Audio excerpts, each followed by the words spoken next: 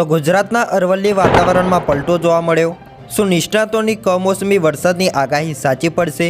તેમજ મધ્ય ગુજરાત લાગુના વિસ્તારોની અંદર પણ વહેલી સવારથી જ વાદળછાયું વાતાવરણ જોવા મળી રહ્યું છે। નમસ્કાર મિત્રો, ફરી એક વખત સ્વાગત છે આજના તાજા અને નવા હવામાન સમાચારોની અંદર। આજે તારીખ 17 ફેબ્રુઆરી 2026 અને વાર થયો છે મંગળવાર। તો જાણીશું કે આગામી દિવસોની અંદર ગુજરાતનું વાતાવરણ કેવું જોવા મળવાનું છે।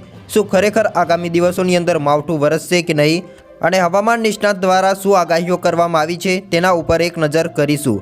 તો વિડીયોને અંત સુધી જોતા રહેજો અને ચેનલમાં નવા હોય તો ખાસ કરીને વિડીયોને લાઇક કરી ચેનલને સબસ્ક્રાઇબ કરી દેજો, જેથી તમને દરરોજના તાજા અને ઉપયોગી હવામાન સમાચાર અમારા યુટ્યુબ ચેનલના માધ્યમથી મળી જાય।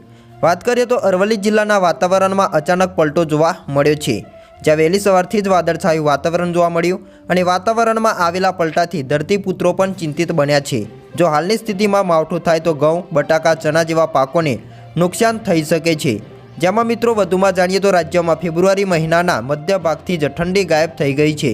ધીમે ધીમે તાપમાનમાં પારો વધી રહ્યો છે। હાલના સમયમાં જ રાજ્યના કેટલાક વિસ્તારોમાં મહત્તમ તાપમાન 35 ડિગ્રી સુધી નોંધાઈ રહ્યું છે।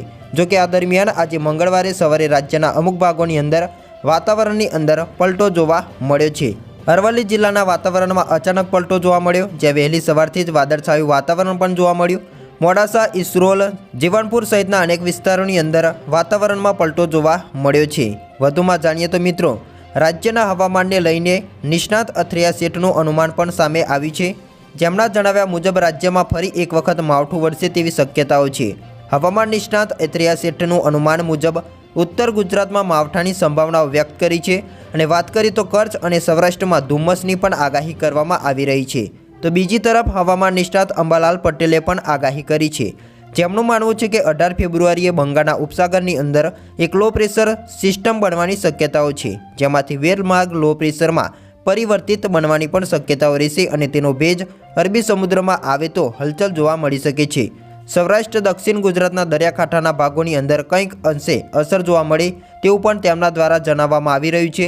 અને વધુમાં તેમણે જણાવ્યું છે કે 25થી લઈને 28 ફેબ્રુઆરીમાં દક્ષિણ ગુજરાતના ભાગો, જેમાં આહવા, વલસાડ, નવસારી અને સુરતના ભાગોની અંદર અસર થવાની શક્યતાઓ છે। સૌરાષ્ટ્રના દરિયાકાંઠાના વિસ્તારોમાં ક્યાંક ક્યાંક તેની અસર જોવા મળી શકે છે। વાદળછાયું વાતાવરણ અથવા કમોસમી વરસાદની પણ શક્યતાઓ છે। ઉત્તર ગુજરાત અને મધ્ય ગુજરાતના ભાગોની અંદર પણ વાદળછાયું વાતાવરણ અને કંઈક અંશે છાંટા પડે તેવું મિત્રો હવામાન નિષ્ણાત અંબાલાલ પટેલ દ્વારા જણાવવામાં આવ્યું છે।